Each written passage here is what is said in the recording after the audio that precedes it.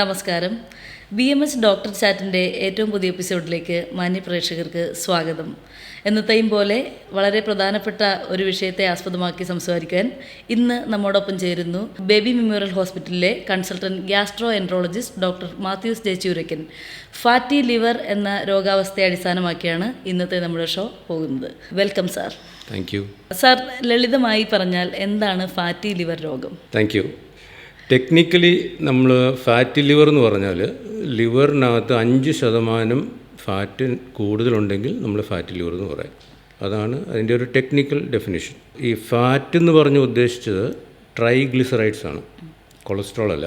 നമ്മൾ നാട്ടിലൊരു ചെറിയൊരു മിത്തുണ്ട്, ഫാറ്റും കൊളസ്ട്രോളും ഒന്ന് തന്നെയാണെന്നുള്ളത്. ട്രൈഗ്ലിസറൈഡ്സ് ആണ് നമ്മൾ ഉദ്ദേശിക്കുന്നത് ഫാറ്റി ലിവറിനകത്ത്. ഫാറ്റി ലിവർ ഡിസീസ് എന്ന് പറഞ്ഞൊരു അസുഖം, അതൊരു അസുഖമാണ്. ഫാറ്റി ലിവർ ഒരു അവസ്ഥയാണ്. ഇത് രണ്ടും രണ്ട് വ്യത്യാസമുണ്ട്. ഫോർ എക്സാമ്പിൾ, ഒരാൾ മദ്യം കഴിക്കുവാണെങ്കിൽ പിറ്റേ ദിവസം രാവിലെ സ്കാൻ ചെയ്യുവാണെങ്കിൽ ഫാറ്റി ലിവർ ഉണ്ടാവും.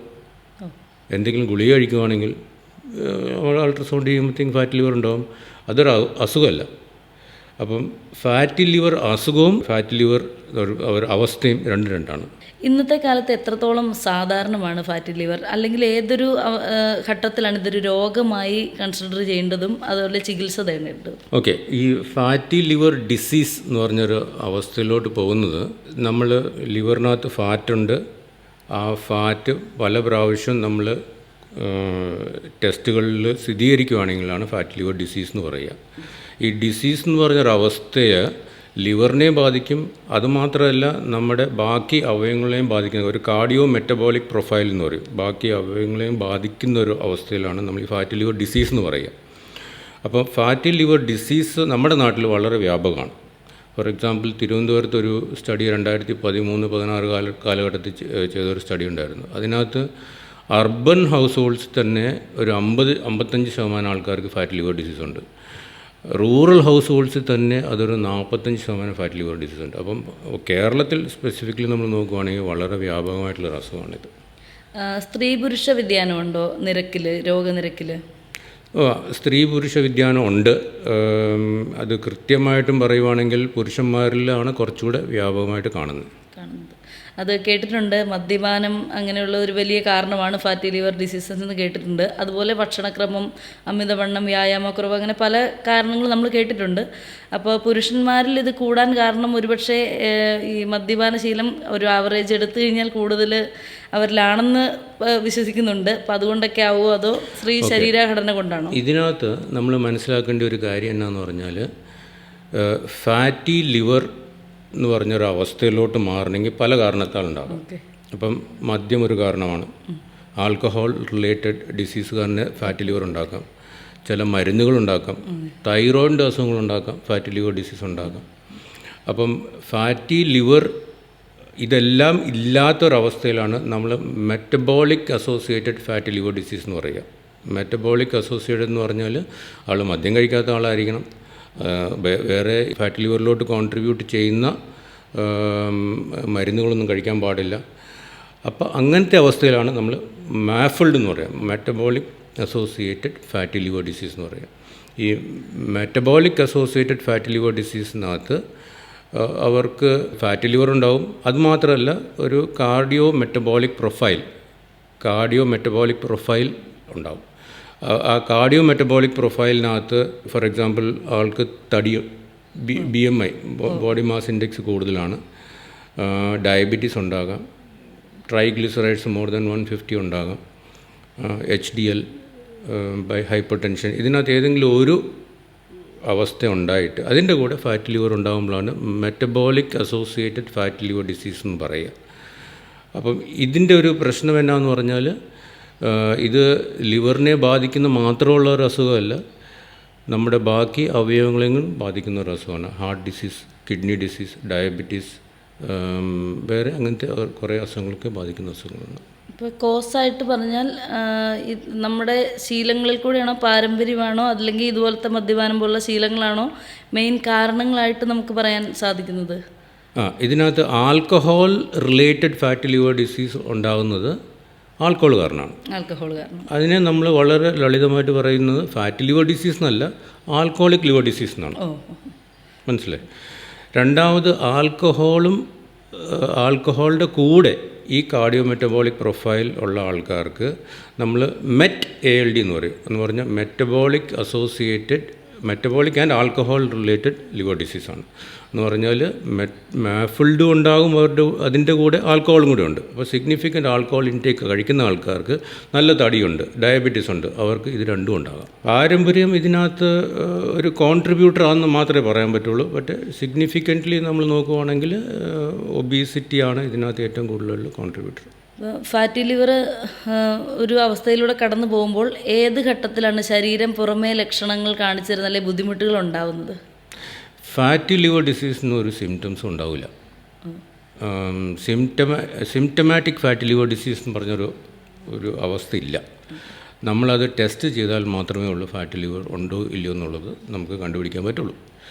അപ്പം ടെസ്റ്റ് എല്ലാവർക്കും ചെയ്യണോ വേണ്ടിയോ എന്നുള്ളതാണ് ചോദ്യം.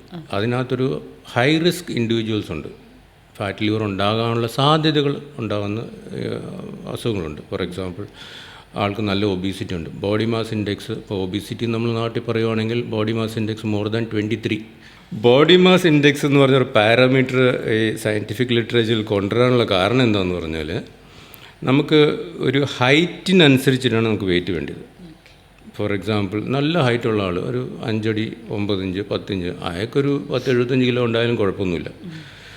പക്ഷേ ഒരു ഹൈറ്റ് കുറവുള്ള ആൾക്ക് 65 കിലോ കൂടുതലാണ്.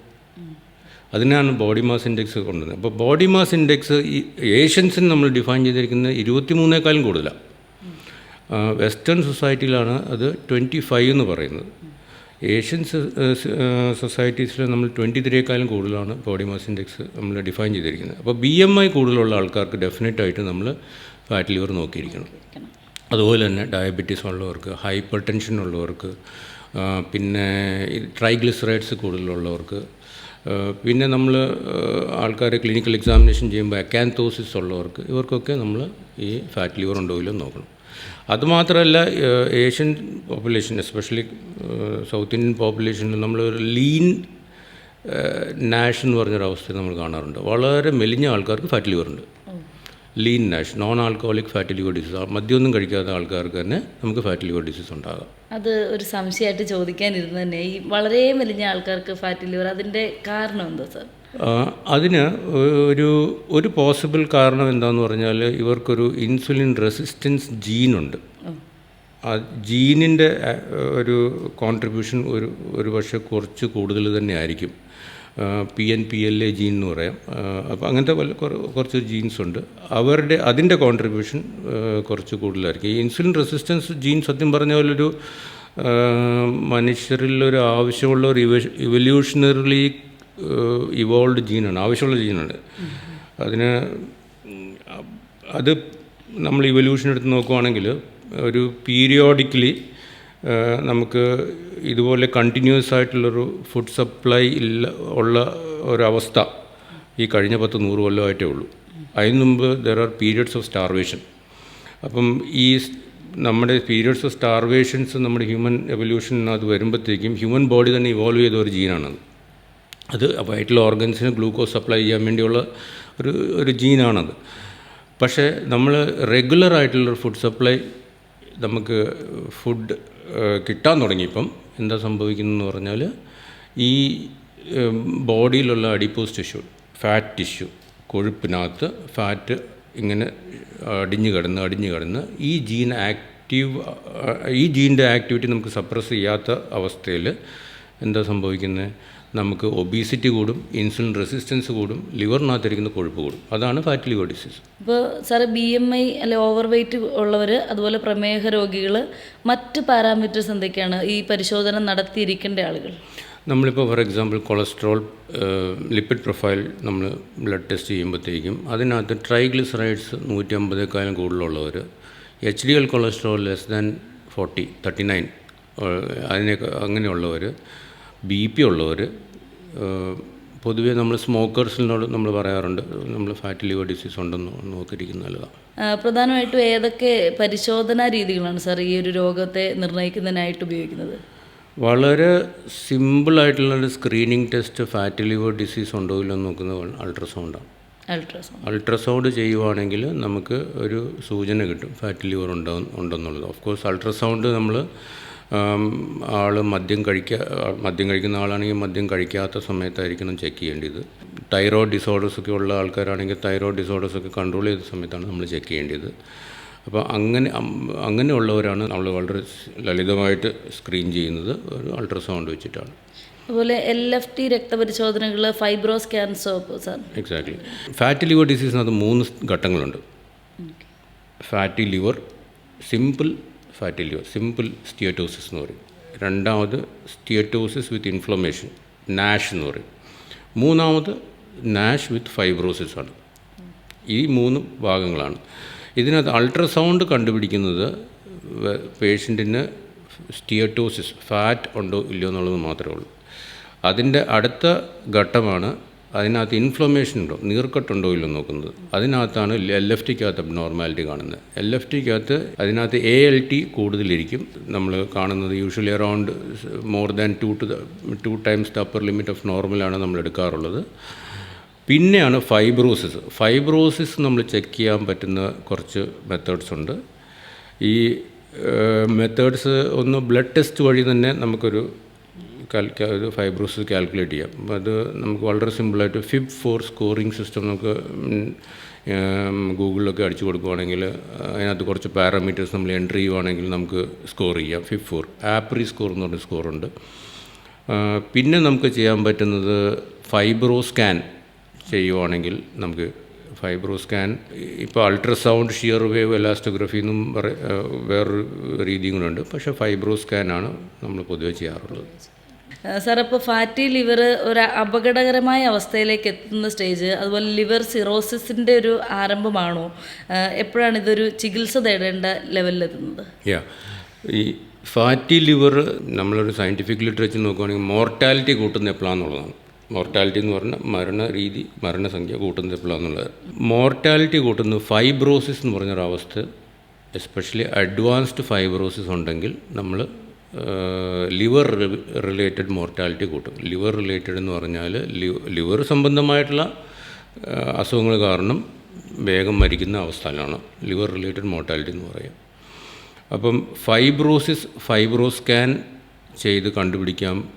അത് ആ ഫൈബ്രോ സ്കാൻ കൂടുതലാണെങ്കിൽ, ഒരു വാല്യൂ കൂടുതലാണെങ്കിൽ നമ്മൾ നമ്മുടെ മോർട്ടാലിറ്റി ജനറൽ പോപ്പുലേഷനേക്കാളും ഉയർന്നതാണ്, ഹയ്യറാണ്. അന്നേരമാണ് അത് ലിവർ സിറോസിസും ലിവർ ക്യാൻസറിലോട്ടും ഡീകോമ്പൻസേറ്റഡ് സിറോസിസിലോട്ടും പോകാനുള്ള സാധ്യത. ലിവർ സിറോസിസിന് തൊട്ട് മുമ്പ് ഇപ്പോൾ ഫാറ്റി ലിവർ ചികിത്സിച്ചാൽ പൂർണ്ണമായിട്ടും മാറ്റിയെടുക്കാൻ പറ്റുന്ന അവസ്ഥയാണോ? ഫാറ്റി ലിവർ കംപ്ലീറ്റ് ആയിട്ട് നോർമലാക്കാം. നമുക്ക് ട്രീറ്റ്മെൻറ്റ് വൈസ് നമ്മൾ നോക്കുവാണെങ്കിൽ നമ്മുടെ ബോഡി വെയിറ്റ് കുറയ്ക്കുവാണെങ്കിൽ തന്നെ നമുക്ക് ഫാറ്റി ലിവർ കംപ്ലീറ്റ് ആയിട്ട് നോർമലാക്കാം. നമുക്ക് ഫാറ്റി ലിവറിന് ഞാൻ പറഞ്ഞ പോലെ 3 ഭാഗങ്ങളുണ്ട്. ഫാറ്റുണ്ട്, ഇൻഫ്ലമേഷനുണ്ട്, നീർക്കെട്ടുണ്ട്, ഫൈബ്രോസിസ് ഉണ്ട്. ഫാറ്റ് ഇൻഫ്ലമേഷനും നമ്മൾ വെയിറ്റ് കുറയ്ക്കുവാണെങ്കിൽ 90% ഓഫ് ദി ടൈം നമുക്ക് കുറച്ച് കിട്ടാം. ഫൈബ്രോസിസ് നമുക്കൊരു 80% ഓഫ് ദി ടൈം നമുക്ക് കുറച്ച് കിട്ടും. 10% വെയിറ്റാണ് നമ്മൾ പൊതുവെ വെയിറ്റ് ലോസാണ് പൊതുവെ റെക്കമെൻഡ് ചെയ്യാറുള്ളത്. 10% എത്തിയില്ലെങ്കിലും 5% എത്തിയാൽ പോലും നമുക്ക് സിഗ്നിഫിക്കൻ്റായിട്ട് മാറ്റങ്ങൾ ഉണ്ടാകാം. പൊതുവേ നമ്മളുടെ സമൂഹത്തിൽ ഒരു രോഗം വന്ന് പ്രാരംഭത്തിൽ ചികിത്സ തേടുന്നതിനേക്കാൾ രോഗം മൂർച്ഛിച്ച് കഴിയുമ്പോഴാണ് ഒരു ഡോക്ടറുടെ അടുത്തേക്ക് എത്തുന്നത്. അപ്പോൾ തീർച്ചയായിട്ടും ലിവർ സിറോസിസിൻ്റെ അവസ്ഥയിലാണ് എത്തുന്നതെങ്കിൽ ചികിത്സ എത്രത്തോളം ഫലപ്രാപ്തി ഉണ്ടാവും? ലിവർ സിറോസിസ് വന്നു കഴിഞ്ഞാൽ പിന്നെ ആ ലിവർ നോർമലാകത്തില്ല ഒരിക്കലും. ഒന്ന് ലിവർ സിറോസിസ് ഒരു എൻഡ് സ്റ്റേജ് ലിവർ ഡിസീസാണ്. അത് വരാതിരിക്കാനാണ് നോക്കേണ്ടത്. അത് നോർമലാകത്തില്ല. പിന്നീടുള്ള ചികിത്സകൾ നമ്മൾ ലിവർ സിറോസിസിൻ്റെ ചികിത്സകളാണ്. അത് ഫാറ്റി ലിവറിൻ്റെ ചികിത്സകളല്ല. രോഗം മൂർച്ഛിക്കാതെ അല്ലെങ്കിൽ ആളുകൾക്ക് കൂടുതൽ അപകടത്തിലേക്ക് പോകാതെ കൺട്രോൾ ചെയ്യാൻ മാത്രമേ പിന്നെയുള്ള ചികിത്സ സാധിക്കൂ. ഫാറ്റി ലിവറുമായി അല്ലെങ്കിൽ അങ്ങനെ ഒരു പ്രശ്നത്തിന് എത്തുന്ന രോഗികൾക്ക് നിർദ്ദേശിക്കുന്ന ചികിത്സാ രീതികൾ ഏതൊക്കെയാണ്? ഓക്കെ, നമ്മുടെ ഇപ്പം ഫാറ്റി ലിവർ ഫൈബ്രോസിസ് എസ്പെഷ്യലി വന്ന ആൾക്കാർക്ക് നമ്മൾ നിർദ്ദേശിക്കുന്ന കുറച്ച് ചികിത്സകളുണ്ട്. ആ ചികിത്സകൾ പ്രൈമറിലി ഡയറ്റും എക്സസൈസുമാണ്. പണ്ട് ഫാറ്റ് ലിവറിൻ്റെ ട്രീറ്റ്മെൻറ്റിൻ്റെ ആ ഒരു ഇവല്യൂഷനിൽ വന്നിരിക്കുന്ന ഒരു എവിഡൻസ് എന്തായിരുന്നു പറഞ്ഞാൽ, വെയിറ്റ് കുറച്ചാൽ ഫാറ്റ് ലിവർ നോർമലാക്കാം എന്നുള്ളൊരു ഒരു സയൻറ്റിഫിക് ലിറ്ററേച്ചർ വന്നായിരുന്നു. അപ്പം നമ്മളെല്ലാം വെയിറ്റ് കുറയ്ക്കാൻ വേണ്ടി വെയിറ്റ് സെൻട്രിക് ട്രീറ്റ്മെൻറ്റാണ്, ഇൻ്റർവെൻഷൻസ് ആയിരുന്നു നമ്മൾ ചെയ്തുകൊണ്ടിരുന്നത്. വെയിറ്റ് സെൻട്രിക് എന്ന് പറഞ്ഞാൽ വെയിറ്റ് കുറയ്ക്കുക എന്നുള്ളതാണ് അതിൻ്റെ രീതി. ഇപ്പം വെയിറ്റ് ഇൻക്ലൂസീവ് ട്രീറ്റ്മെൻറ്റ് റെജിമെനാണ് നമ്മൾ പറയുക. എന്ന് പറഞ്ഞാൽ നമ്മൾ വെയിറ്റ് 10% കുറയ്ക്കാൻ പറഞ്ഞാലും നമ്മുടെ നാട്ടിൽ നമ്മളൊരു 100 പേർക്ക് പറയുവാണെങ്കിൽ, അത് ഇൻ്റർനാഷണലി അക്നോളജ്ഡ് ഫാക്റ്റാണ്. 100 പേർക്ക് പറയുവാണെങ്കിൽ 10% ആൾക്കാർക്ക് 10% വെയിറ്റ് കുറയ്ക്കാൻ പറ്റുള്ളൂ. അപ്പോൾ ബാക്കി 90% ഉള്ള ആൾക്കാർക്ക് എന്ത് ചെയ്യും എന്നുള്ളതാണ് അടുത്ത ചോദ്യം. അപ്പം ബാക്കി 90% ആൾക്ക്, അപ്പം നമ്മൾ നേരത്തെ പറഞ്ഞ പോലെ വെയിറ്റ് സെൻട്രിക് അപ്രോച്ച് മാറ്റിയിട്ട് ഇപ്പോൾ വെയിറ്റ് ഇൻക്ലൂസീവ് അപ്രോച്ചാണ് ഇപ്പോൾ പറയുക. വെയിറ്റ് ഇൻക്ലൂസീവ് അപ്രോച്ച് എന്ന് പറഞ്ഞാൽ വെയിറ്റും കുറയ്ക്കാം, പക്ഷേ അതിൻ്റെ കൂടെ നമ്മൾ കുറച്ച് ഡയറ്ററി മാറ്റങ്ങൾ, എക്സസൈസ്, ഇതൊക്കെയാണ് അതിൻ്റെ കൂടെ നമ്മൾ പറയാറുള്ളത്. അപ്പം ഡയറ്ററി മാറ്റങ്ങൾ എന്തെന്ന് പറഞ്ഞാൽ നമ്മൾ കുറച്ചുകൂടെ എന്താ പറയുക, ഒരു രീതിയിൽ ആൻറ്റി ഇൻഫ്ലമേറ്ററി ഡയറ്റ് എന്ന് പറയുക, ഒരു മെഡിറ്ററേനിയൻ ഡയറ്റിലോട്ട് മാറാൻ പറയും. മെഡിറ്ററേനിയൻ ഡയറ്റ് എന്ന് പറഞ്ഞാൽ നമ്മൾ കാർബോഹൈഡ്രേറ്റ്സ് ഒരു മോഡറേറ്റ് ആയിട്ട് നിർത്തുക, അല്ല കുറയ്ക്കുക, കൂടുതലായിട്ട് വെജിറ്റബിൾസ് കഴിക്കുക, ഫ്രൂട്ട്സ് കഴിക്കുക, ഫിഷസ് കഴിക്കുക, റെഡ് മീറ്റ് മാക്സിമം ഒഴിവാക്കുക, വൈറ്റ് മീറ്റ് വൺസ് എ മന്തൊക്കെ കഴിക്കാൻ പാടുള്ളൂ. ആ രീതിയിൽ നമ്മൾ മാറുവാണെങ്കിൽ നമ്മുടെ ഒരു വെയിറ്റ് ഇൻക്ലൂസീവ് ഡയറ്റിലോട്ട് നമ്മൾ മാറും, ആൻറ്റി ഇൻഫ്ലമേറ്ററി ഡയറ്റിലോട്ട് മാറും. ഇതിന് പറയാൻ കാരണം എന്തെന്ന് പറഞ്ഞാൽ, വെയിറ്റ് സെൻട്രിക് അപ്രോച്ചിൽ നമുക്കൊരു ചെറിയ പ്രശ്നമുണ്ടായി. വെയിറ്റ് സെൻട്രിക് അപ്രോച്ചിനകത്ത് നമ്മൾ വെയിറ്റ് കുറയ്ക്കാൻ പറയുമ്പോഴത്തേക്കും ആൾക്കാർ പല മെത്തഡോളജീസ് ഉപയോഗിച്ച് വെയിറ്റ് കുറയ്ക്കാൻ നോക്കി. പല മെത്തഡോളജീസ് എന്ന് പറഞ്ഞാൽ സ്റ്റാർവേഷൻ, കീറ്റോ ഡയറ്റ്, പിന്നെ കുറേ ആൾട്ടർനേറ്റീവ് മെഡിക്കേഷൻസ് ഉപയോഗിച്ച് വെയിറ്റ് കുറയ്ക്കാൻ നോക്കി. അപ്പം ഇതിൻ്റെ ഒരു പ്രശ്നം എന്നാന്ന് പറഞ്ഞാൽ, വെയിറ്റ് കുറയും, പക്ഷേ അവരുടെ കാർഡിയോ മെറ്റബോളിക് പ്രൊഫൈൽ, അവരുടെ ഒരു റിസ്ക് ഫാക്ടർ കുറയുന്നില്ല. വെയിറ്റ് മാത്രമേ കുറയുന്നുള്ളൂ. ലിവറിനകത്തിരിക്കുന്ന ചിലപ്പോൾ ഫാറ്റ് കുറയുമായിരിക്കും, പക്ഷേ അവരുടെ ഓവറോൾ റിസ്ക് കുറയുന്നില്ല എന്നുള്ളതാണ് സത്യം. അപ്പോൾ അത് കാരണം വെയിറ്റ് ഇൻക്ലൂസീവ് ആയിട്ടുള്ള റെജിമെൻ പറയുമ്പോഴത്തേക്കും, വെയിറ്റ് നമ്മൾ മാക്സിമം ശ്രമിച്ചാലും വെയിറ്റ് കുറയാത്ത ആൾക്കാർക്ക് നമ്മൾ വെയിറ്റ് ഇൻക്ലൂസീവ് റെജിമെൻ പറയുമ്പോഴത്തേക്കും അവർക്കൊരു ആശ്വാസം ഉണ്ടാവും. കുറേ ആൾക്കാർ ഒരു 5-6 മാസം നടക്കും, അത് കഴിഞ്ഞ് വെയിറ്റൊന്നും കുറയാത്ത അവസ്ഥ വരുമ്പോഴത്തേക്കും അവർ നടപ്പ് നിർത്തും. ഇതിൻ്റെ വെയിറ്റ് അവർക്കൊരു ടാർഗറ്റ് കൊടുത്തിട്ട് ആ ടാർഗറ്റ് അച്ചീവ് ചെയ്യാൻ പറ്റുന്നില്ല. അപ്പോൾ basic minimum exercise plus and ഒരു Mediterranean diet, coffee drinking, that itself വളരെ യൂസ്ഫുള്ളാണ് ഫാറ്റി ലിവർ ഡിസീസിന്. മനസ്സിലായി? ഇതാണ് നമ്മുടെ ഇപ്പോഴത്തെ treatment regimen. Of course there is ഈ ഫാർമക്കോളജിക്കൽ മെഡിസിൻസ് എടുത്തുള്ള ട്രീറ്റ്മെൻറ്റ് റെജിമെൻ വേറെയുണ്ട്. മെഡിസിൻസ് എടുത്ത് ട്രീറ്റ്മെൻറ്റ് റെജിമെൻ എങ്ങനെയാണെന്ന് പറഞ്ഞാൽ, നമ്മൾ ഈ ഡയബറ്റീസിൽ ഉപയോഗിക്കുന്ന കുറേ മെഡിസിൻസ് നമ്മൾ ഫാറ്റി ലിവർ നോട്ട് നമ്മൾ ഉപയോഗിച്ച് കുറച്ച് ഇമ്പ്രൂവ്മെൻറ്റ് വരുന്ന നമ്മൾ കാണാറുണ്ട്. ഫോർ എക്സാമ്പിൾ പയോഗ്ലിറ്റസോൺ എന്ന് പറഞ്ഞ ഗുളിക, അത് ഡയബറ്റീസിലായിരുന്നു നേരത്തെ ഉപയോഗിച്ചുകൊണ്ടിരുന്നത്. അതുപോലെ തന്നെ നമ്മൾ GLP-1 റിസപ്റ്റർ അഗോണിസ്റ്റ് നമ്മൾ ഉപയോഗിക്കാറുണ്ട്, ഡയബറ്റീസ് നമ്മൾ ഉപയോഗിക്കാറുണ്ട്.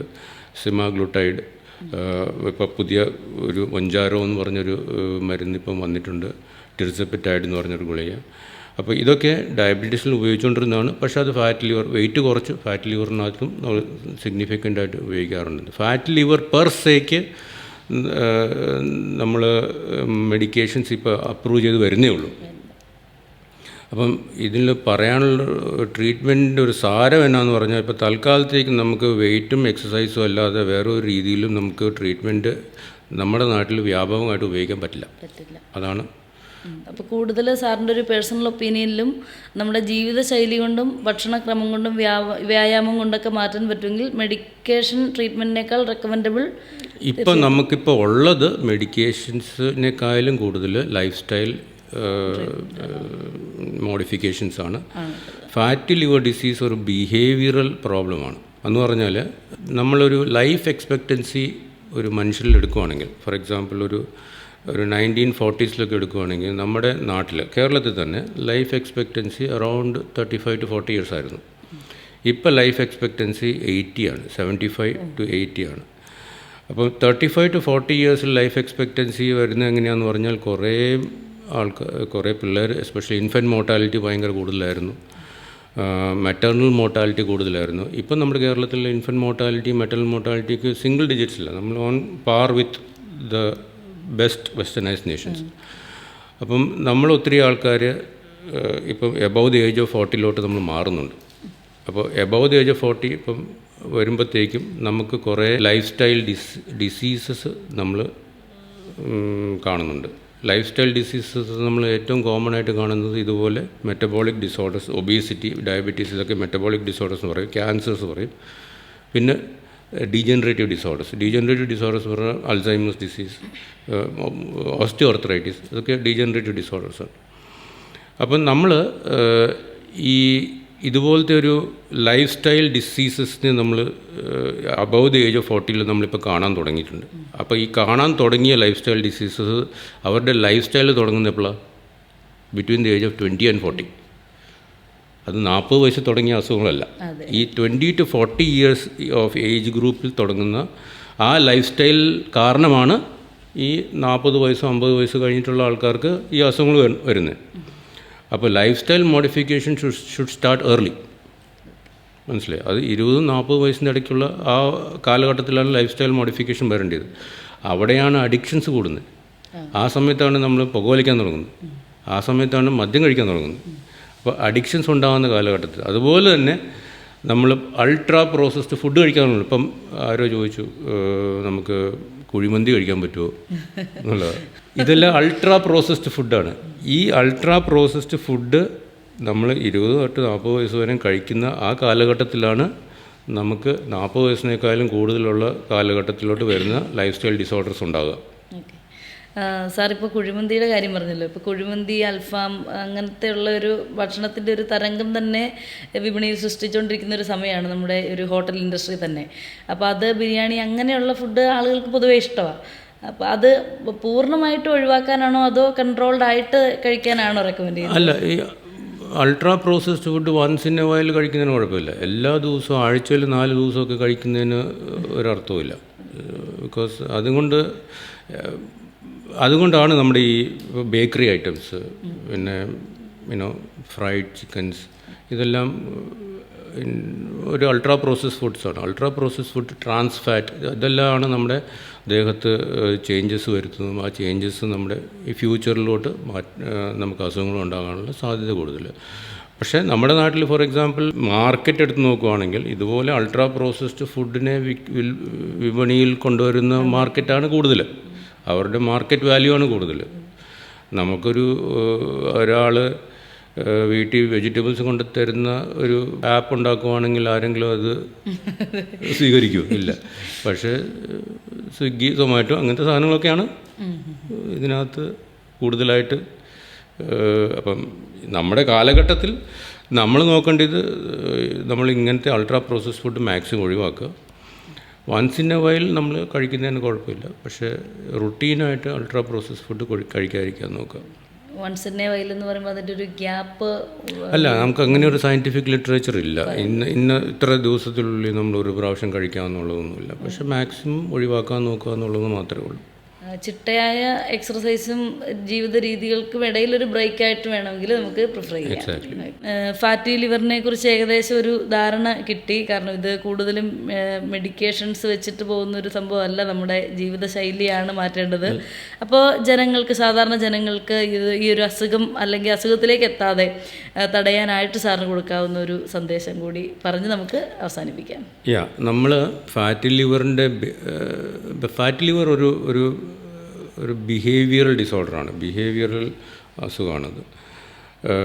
നമ്മൾ ഒരു ഹെൽത്തി ലൈഫ് സ്റ്റൈൽ അഡോപ്റ്റ് ചെയ്യുക, അൾട്രാ പ്രോസസ്ഡ് ഫുഡ് മാക്സിമം ഒഴിവാക്കുക, ആൽക്കഹോൾ വളരെ മിനിമലായിട്ട് കഴിക്കുക, സ്മോക്കിംഗ് ഒഴിവാക്കുക, എക്സസൈസ് ചെയ്യുക. ഇത് ചെയ്താൽ തന്നെ നമ്മുടെ ഫാറ്റി ലിവർ ഡിസീസിൻ്റെ വ്യാപകമായിട്ടുള്ള ഒരു പ്രിവേലൻസ് നമുക്ക് സിഗ്നിഫിക്കൻ്റ്ലി കുറയ്ക്കാൻ പറ്റുമെന്ന് എനിക്ക് തോന്നുന്നു. ഫാറ്റി ലിവർ എന്ന അവസ്ഥയെക്കുറിച്ച് നമ്മളൊരു എക്സ്പേർട്ടിൽ നിന്നും നമ്മൾക്ക് തെറ്റിദ്ധാരണ ഉണ്ടായിരുന്ന ഒരുപാട് കാര്യങ്ങളിൽ സംശയ നിവാരണം തന്നെയായിരുന്നു ഈ ഒരു എപ്പിസോഡ്. അപ്പോൾ നമുക്ക് തീർച്ചയായിട്ടും ഇതിൽ നിന്ന് മനസ്സിലാകുന്നത് നമ്മുടെ ജീവിത ശൈലിയിൽ തന്നെ ഒരു മാറ്റം കൊണ്ടുവന്നാൽ ഒരുപക്ഷെ മെഡിസിൻസ് ഒന്നുമില്ലാതെ അല്ലെങ്കിൽ ആശുപത്രി വിസിറ്റുകൾ പരമാവധി ഒഴിവാക്കി നമ്മൾ തന്നെ ശ്രമിച്ചാൽ മാറുന്ന അല്ലെങ്കിൽ ആരോഗ്യവാനായി ആരോഗ്യവതിയായി ജീവിക്കാൻ പറ്റുന്ന ഒരു തരത്തിലേക്ക് മാറുവാൻ സാധിക്കും എന്നൊരു പോസിറ്റീവ് സന്ദേശമാണ് നമുക്ക് ഈ ഒരു ഷോയിൽ നിന്നും നമ്മുടെ ഡോക്ടർ നമ്മളോട് ഷെയർ ചെയ്തത്. അതുകൊണ്ട് തന്നെ എല്ലാവരും അത് മനസ്സിലാക്കും, ഉൾക്കൊള്ളും. ഈ ഒരു എപ്പിസോഡ് നിങ്ങൾക്ക് ഏറ്റവും കൂടുതലായി പ്രയോജനപ്പെട്ടു എന്ന് തന്നെ വിശ്വസിക്കുന്നു. ഡോക്ടർ ചാറ്റിൻ്റെ മറ്റൊരു എപ്പിസോഡുമായി വീണ്ടും കാണും വരെ this is Arya boss signing off.